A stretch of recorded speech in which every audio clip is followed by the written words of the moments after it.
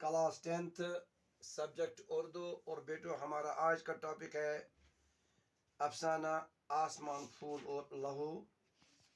बेटो ये अफसाना नूर शाह ने लिखा है और नूर शाह के बारे में हमने पढ़ा है, उसके अदबी कारनामे, हालत ज़िंदगी भी और अदबी कारनामे भी। आप अपने पे एक किताब का सफ़ा नंबर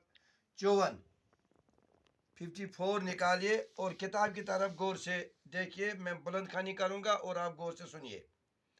वो एक आम सी सुबह थी और मैं अपने मामूल के मुताबिक मार्केट में घरेलू ज़रूरियात की चीज़ें खरीदने में मसरूफ़ थी कि खिलौने की एक दुकान के सामने मेरे कदम खुद ब खुद रुक गए।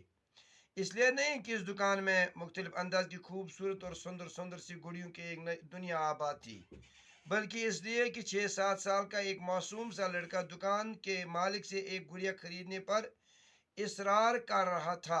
इसकी बातों से इसके अंदरूनी जज्बात की तड़प साफ साफ नजर आ रही थी। इसके एक हाथ में गुड़िया थी और दूसरे हाथ में चंद सिक्के। बेटो, आपको अंदाज़ा होगा कि ये आपको पहले ही पता है कि ये जो अफसाना होता है इसमें इब्तिदा होती है, इसमें इर्तिका होती है और इसमें एक इख्तिताम होता है। ये एक खूबसूरत इख्तिताम इसका होता है। यानी यहाँ कहानी इस तरह शुरू होती है कि एक आम सुबह, यानी नॉर्मल जिस तरह हर सुबह होती है इसी तरह एक आम सुबह थी और मैं अपने मामूल के मुताबिक, मैं से यहाँ मुराद वो आंटी है जो हमें आगे चलकर पता चलेगा कि एक औरत मामूल के मुताबिक घर के ज़रूरियात की चीज़ें खरीदने के लिए बाज़ार गई और वहाँ खरीदने में, घरेलू चीज़ें खरीदने में मसरूफ़ थी, मशगूल थी कि खिलौने की एक दुकान के सामने से उसके कदम रुक जाते हैं। यानी वो खिलौने की एक दुकान के सामने रुक जाती है, इसलिए नहीं कि इस दुकान में मुख्तलिफ अंदाज की खूबसूरत सी गुड़ियों की एक दुनिया, यानी बहुत दुनिया आबाद थी का मतलब है कि इस दुकान में बहुत खूबसूरत गुड़ियाँ थे, बल्कि इसलिए कि इस दुकान के सामने एक मासूम सा लड़का, छोटा सा लड़का दुकान के मालिक से एक गुड़िया खरीदने पर इसरार कर रहा था। इसकी बातों से, यानी इस मासूम लड़के के बातों से उसके अंदरूनी जज्बात की तड़प साफ नजर आ रही थी, क्योंकि वो लड़का जो था वो बहुत जज्बाती तौर वो जज्बाती हो गया था। ये जो उसने जब गुड़ियों को देखा तो वो इनको खरीदने के लिए बहुत इसरार कर रहा था। इसके हाथ में गुड़िया थी उस लड़के के और दूसरे हाथ में चंद सिक्के, यानी दुकानदार के एक हाथ में वो सिक्के थे और एक हाथ में गुड़िया। और वो इस बच्चे से कह रहा था, देखो तुम्हारे हाथ में पड़ी ये रेजगारी मैं दोबारा गिन चुका हूँ। यानी ये लड़के से कहता है ये दुकानदार कि बेटा, मैंने जो ये आपके पास रेजगारी हैं, सिक्के हैं, इनको मैंने दोबारा गिन लिया है। इस छोटी सी रकम से तुम ये गुड़िया खरीदने के बारे में सोच भी नहीं सकते, क्योंकि ये गुड़िया बहुत महंगी है। फिर इस मासूम से लड़के ने मेरी तरफ देखा और कहा, आंटी क्या मैं इन पैसों से गुड़िया नहीं खरीद सकता? यानी ये मासूम सा लड़का इस औरत की तरफ देखता है और इससे कहता है कि क्या आंटी मैं ये गुड़िया नहीं खरीद सकता हूँ इन पैसों से? मैंने कुछ कहे बगैर इसके हाथ से रेजगारी लेकर गिरना शुरू की। यानी आंटी कहती है कि मैंने इस लड़के को जब बहुत ज़्यादा इसरार करते हुए देखा तो मैंने उससे वो रेजगारी, वो पैसे, वो सिक्के ले लिए और मैंने इनको गिनना शुरू किया। वाकई बहुत कम पैसे थे और इस एतबार से दुकानदार ठीक ही कह रहा था। और लड़के ने कहा, आंटी मेरे लिए इस गुड़िया का खरीदना बहुत ज़रूरी है। आंटी कहती है, क्यों, ऐसी क्या बात है? ये गुड़िया मेरे दीदी को बहुत पसंद आएगी और वो इसे पाकर बहुत खुश होगी।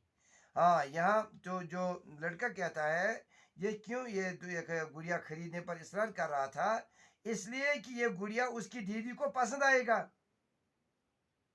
लिहाजा वो इसीलिए वो गुड़िया गुड़िया दीदी को ये वो पसंद आएगी, वो इसीलिए ये खरीदना चाहता था, क्योंकि इसे पाकर उसकी दीदी बहुत खुश होगी। تمہاری بہن بھی ہے؟ یعنی دیدی سے پوچھتی ہے. ہاں لیکن وہ اب ہمارے ساتھ نہیں رہتی. کہاں رہتی ہے وہ؟ یعنی لڑکا کہتا ہے، ابو کہتے ہیں کہ وہ آسمانوں میں چلی گئی اللہ میاں کے پاس. اور ابو یہ بھی کہتے ہیں کہ اماں بھی بہت جلد جانے والی ہے. بیٹو یہ جملہ بہت غور طلب ہے. آسمانوں میں چلی جانے کا مطلب ہے جنت میں چلا جانا. جنت میں جو چلا جاتا ہے وہ مرتا ہے. یعنی اس کا ابو کہتا ہے کہ اس کی جو دیدی تھی وہ فوت ہو گئی، وہ آسمانوں میں چلی گئی. اور اب اس کی ماں بھی بہت جلد جانے والی ہے. یعنی اب اس کی ماں بھی مرنے والی ہے. کہاں؟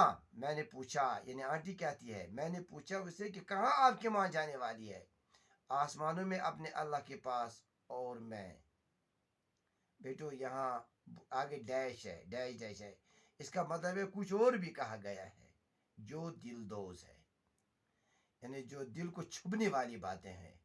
یہ سنتے ہی مجھے لگا جیسے تیز تلک اور چلاتی دھوپ اس کے نس نس میں اتر جاتی ہو. یعنی اس کا مطلب ہے آنٹی کہتی ہے کہ جو ہی اس نے یہ کہا کہ وہ آسمانوں میں چلے اللہ کے پاس چلے جانے والی ہے، اور یہ سنتے ہی مجھے لگا، یعنی آنٹی کو لگا کہ یہ الفاظ جو ہے یہ تیز اور سخت دھوپ اس کے رگ رگ میں اتر چکی ہو. ہاں کہو. میں اپنی ماں کے ہاتھوں یہ گڑیا اپنی دیدی کو بھیجوانا چاہتا ہوں آسمانوں میں. لیکن یعنی یہ لڑکا کہتا ہے، آنٹی کہتی ہے لیکن کیا؟ لڑکا کہتا ہے میرے پاس اتنے پیسے نہیں ہے. میرے پاس زیادہ پیسے ہوتے تو میں سفید پھولوں کا گلدستہ بھی، سفید کا مطلب ہے بیٹو سفید پھولوں کا گلدستہ بھی خرید لیتا اپنی اماں کے لیے. میری اماں کو سفید رنگ کے پھول بہت پسند ہے.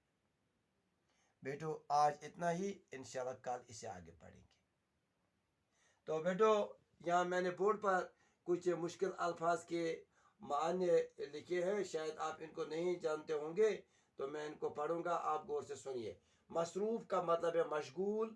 سندر کا مطلب ہے خوبصورت. ریزگاری کا مطلب ہے سکے. چلچلاتی دھوپ کا مطلب ہے تیز اور سخت دھوپ. نس نس میں کا مطلب ہے رگ رگ میں. سفید کا مطلب ہے سفید. شکریہ.